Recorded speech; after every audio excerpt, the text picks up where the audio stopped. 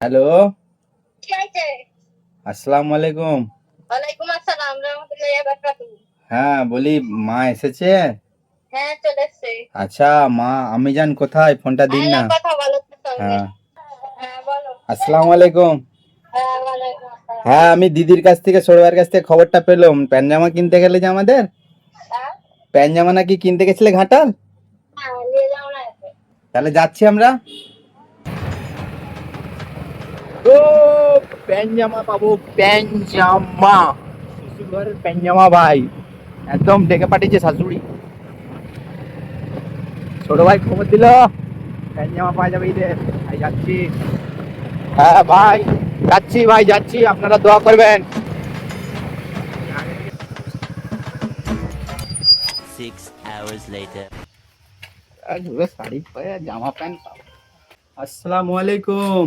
কোথা গো সব? কোথা গো? কোথা? না না না, এসে জানা না যাবে না এখন।